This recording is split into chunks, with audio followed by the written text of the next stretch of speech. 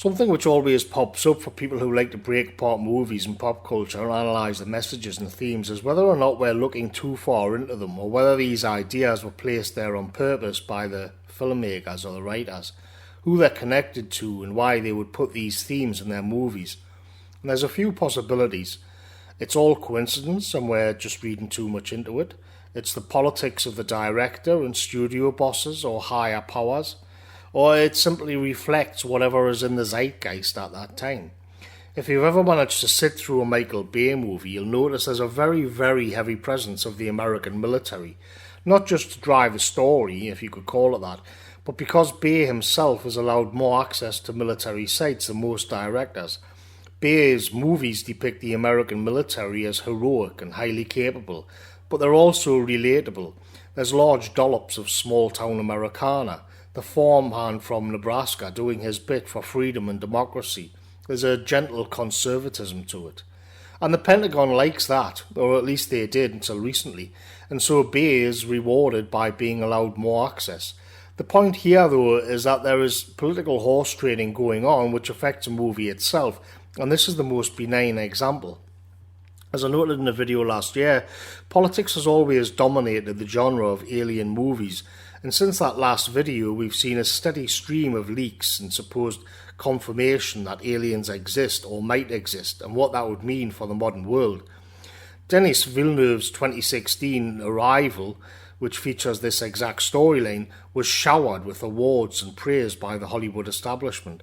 Strangely so, actually, because Arrival is not very diverse and it isn't overtly politically correct, besides a bit of feminism. Villeneuve also made Blade Runner 2049 and is right now busy with the adaptation of Dune.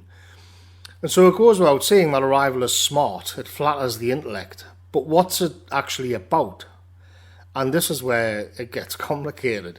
So the story is that 12 giant egg-shaped alien spacecraft arrive on Earth and then just sort of hover there and don't do much. The egg-shaped spaceships are scattered across the world as well, and so each part of the world has to get to grips with what's happening. The one we as the audience focus on is in Montana. Amy Adams, who I always find very easy on the eye, is one of the world's great linguists, and she gets called in to find some way to communicate with the aliens. And so all around the world, humanity is trying to communicate in different ways with the aliens. The Chinese, who, interestingly when you think about it, stand in as the main bad guys, are the most aggressive, and they try and get through to the aliens using the universal language of chess. But this is a problem because what's actually being communicated or taught is the friend-enemy distinction.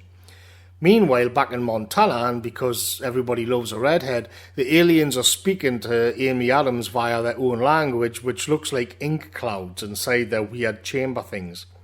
Adams and her partner Jeremy Renner figure out that she's just getting 1/12 of the whole message because the other 11 alien ships are carrying the rest, and this too is a problem because the Chinese and the Russians are about to declare war on the aliens.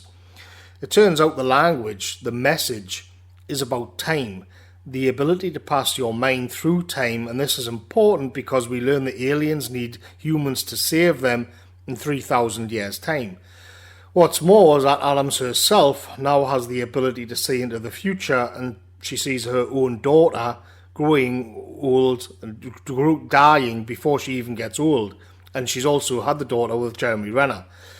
But what matters for the world is that Adams has learned how to speak with the aliens and then also unravelled the mystery of how to communicate with the Chinese and persuades them not to war upon the aliens. So this is all very clever and very complicated and interesting and even very nice to look at. But what's the central message of the movie itself? It's this: humans could destroy themselves because of poor communication. Humans need benevolent and all-knowing higher powers to guide them. Humans will have to become transhuman to survive. Now, I just want to make clear here that there's nothing new in Hollywood using aliens to deliver a lecture on morality or whatever. You can see the concerns and topics of the era depicted through aliens, whether the fears of the Cold War, the paranoia and distrust of the government and the X-Files, or the universal messaging of E.T. And so this is what I find interesting about Arrival. Unlike most other alien movies, Arrival is obsessive about communication.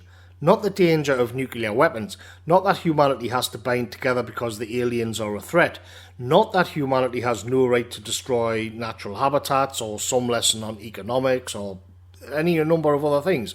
No. Arrival is telling us that we're being held back from our potential future because of our petty tribalism, the nation state, and so on, and that our ability to speak to each other across the planet is too limited. What we need are higher powers to guide us for our own good, and we're probably not going to like it either, but that's fine because our benevolent alien overlords, they know what's best. They have the science, they have the technology. We're just ants.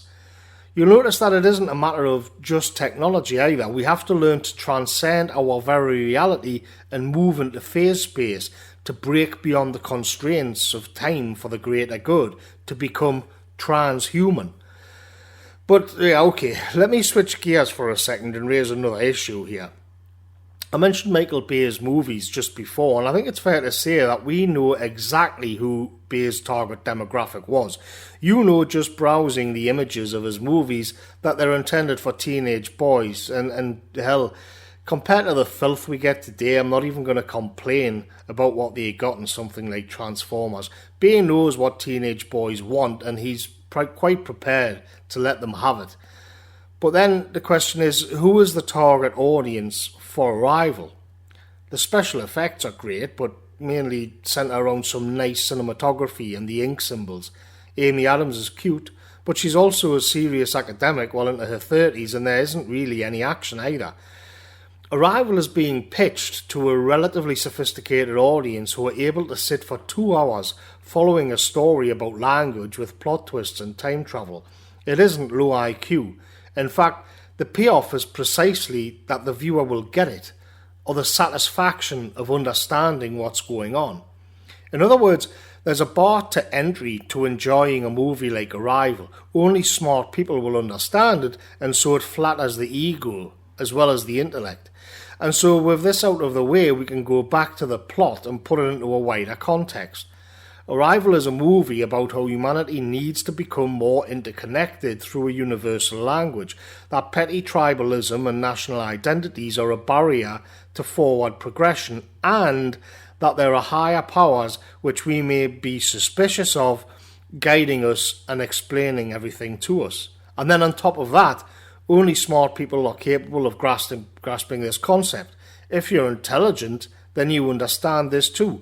Only dummies, those small-minded thugs stuck in the past, are in the way and don't get it.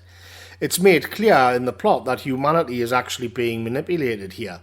The aliens are only doing this because in 3,000 years' time humanity will save them.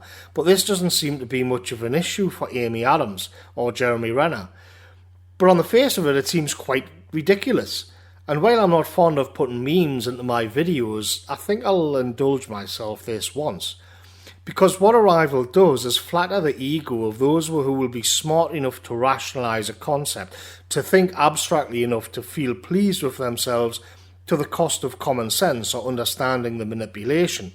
The good instincts of the low IQ and the intellectual prowess of the high end of the bell curve might both, for different reasons, see through the bullshit. But as I've said so many times before, it's the middle where the problem lies. It's the middle who will absorb the message that humanity needs a one-world government and to become something entirely different for the greater good, who will leave the cinema or watch the end titles feeling pretty pleased with themselves. They unravelled the plot. They understood it. They saw the message.